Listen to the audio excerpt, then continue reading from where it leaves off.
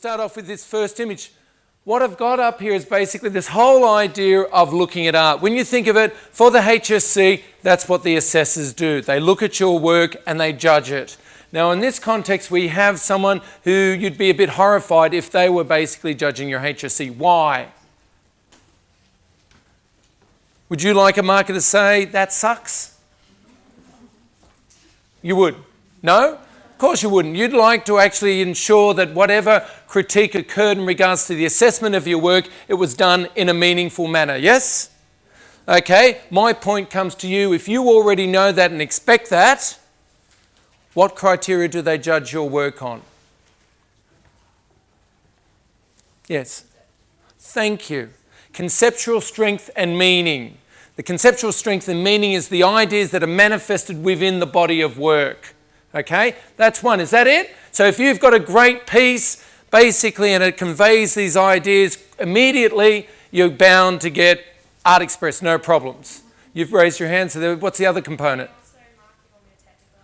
Absolutely, technical resolution. So whenever you're thinking about your practice, whenever you're reviewing a practice of another artist, you need to automatically click into this idea of conceptual strength and, conceptual strength and meaning and technical resolution, okay?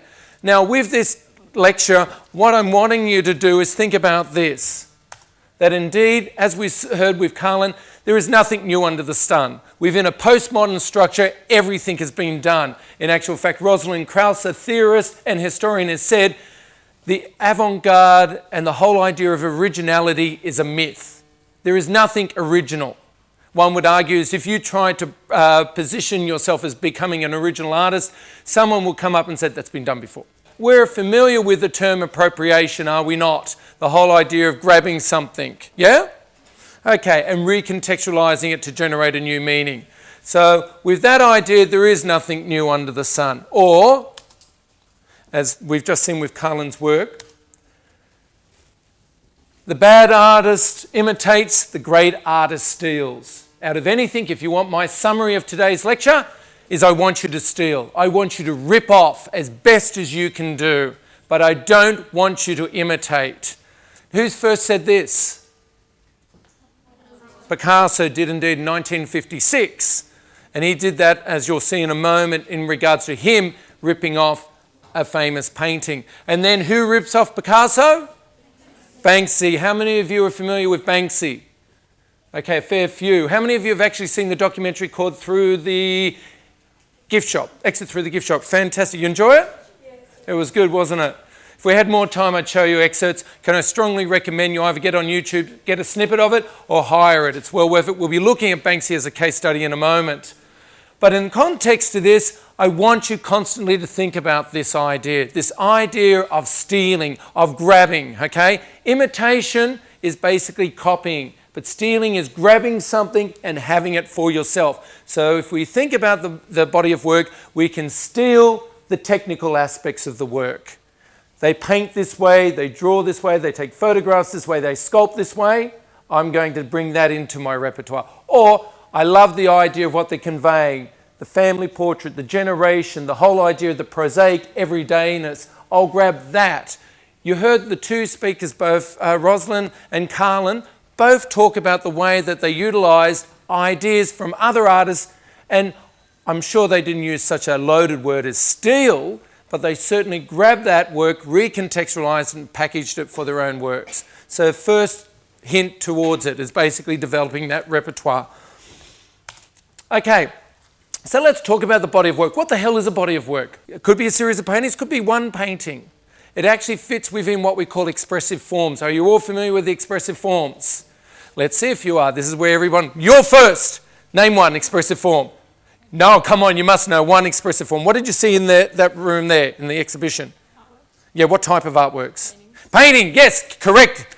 Painting is one expressive form. What other expressive forms are there? Sculpture. Sculpture is another one. Media. What media? Digitalised. Okay, digitalised. If it's still, it's known as photomedia. If it's temporal, it's known as time-based forms, okay? Just elaborating on that. Not only is there that, there is design environments and objects. There is documented form, there is ceramics, No, that's part of design, environment and object, okay? And there is graphic design, okay? If you're not sure of it, or if I've left one out, because no doubt I'm being filmed and I'll get this coming back, I mean, you've said you forgot something, you will go onto the Board of Studies website, which will have actually the criteria of the expressive forms. Now, there is one other thing you have to recognise, thank you very much, in your expressive form. Yeah, I told you I'd pick on you. So you're on, bring it on. What's your name? Nicole is now going to tell us about the idea that if you've got these expressive forms, are there any restrictions? Can I actually make my sculpture out of marble that's weighing 1.5 tonne? Why? I make it out of marble. What's wrong with that?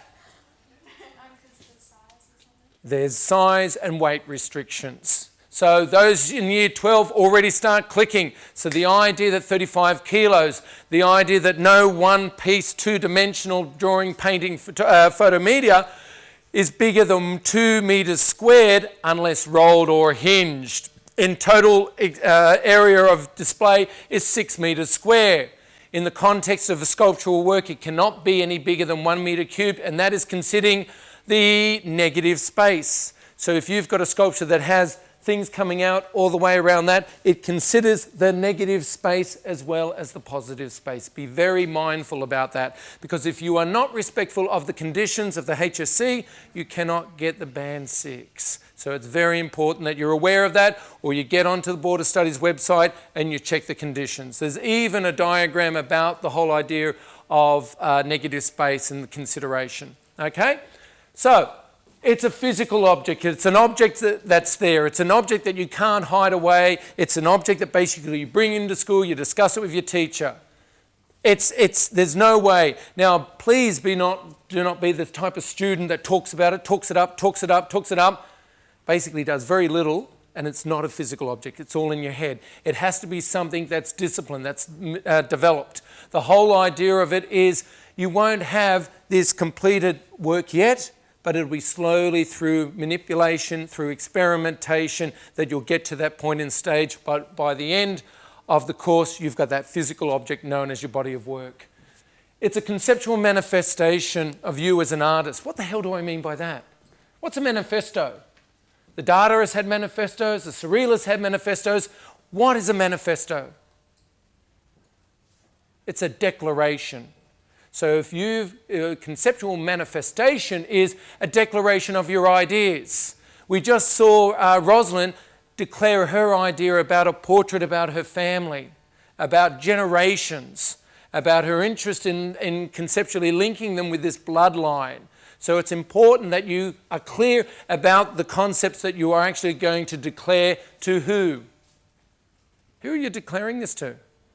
The marker, and the marker is looking at it in context of conceptual strength and meaning and technical resolution, which means it's got to be a product of your action. It's got to be the whole course. Here's a question for you. What is the indicative hours expected of you for your HSC work? How many? 320? My God. 220. Overachiever. Well done, but that's just a little bit too long. For the HSC course, not the preliminary course. Any other guesses? Say it, I heard it then. Say it loud, 60. 60, basically your HSC course is indicative of 120 hours for the HSC, being 50% criticism in history, that's 60 hours indicative, and 60 hours indicative for practical. Of course, as you can see out there, there is evidence of far more time than that. But the Board of Studies has this rough prescription in regards to what's expected of you. So be brutally honest, is your work evidence of that level of engagement and more? Okay? It's up to you how you answer that. And also, it's got to be a reflection of what you've learnt.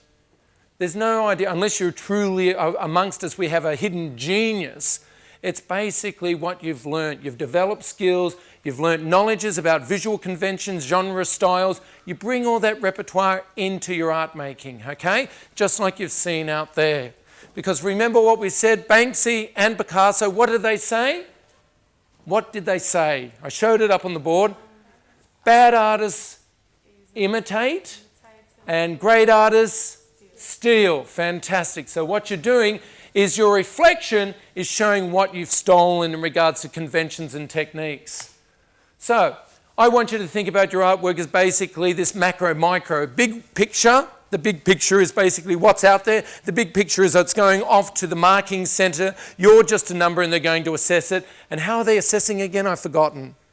On conceptual. Great! Conceptual and technical resolution. Fantastic. If anything, when you leave here, you will constantly regard your work as a manifestation of technical resolution, conceptual strength and meaning. Yeah?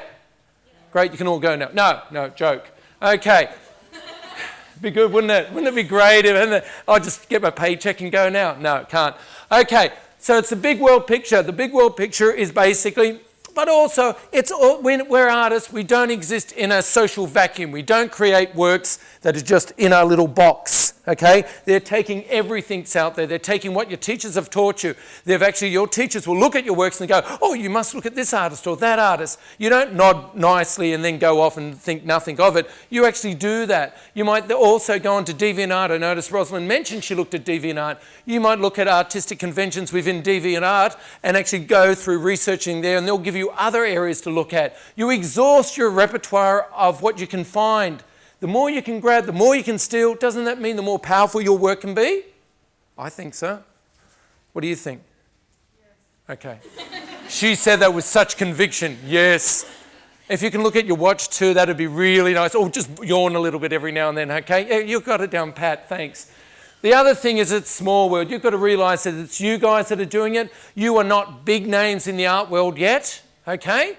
So basically, you've got to be realistic about it. You've got to be realistic about skills, expertise.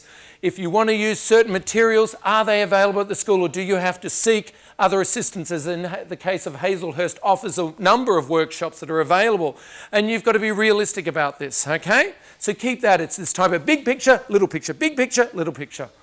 Okay, so to one of the greatest frustrations, and for me at my school too, is you guys think the whole idea of studying art is either getting on the internet, oh yeah, that looks okay. Oh, hang on, but Facebook. Oh no, that's right, I've blocked Facebook, so it's okay, I'll just keep on going on the internet. But then there's farmyards and zombie, no, that's another story. But you end up not really looking at it, or you look at it in books. So really you're not looking at the artwork, you're looking at the reproduction of the artwork. There is a big, big difference between seeing the real thing, seeing it in its space, as opposed to seeing the reproduction. So go forth and get out there and start looking at works. If you don't, you won't get a sense of the physical nature of the artwork, okay?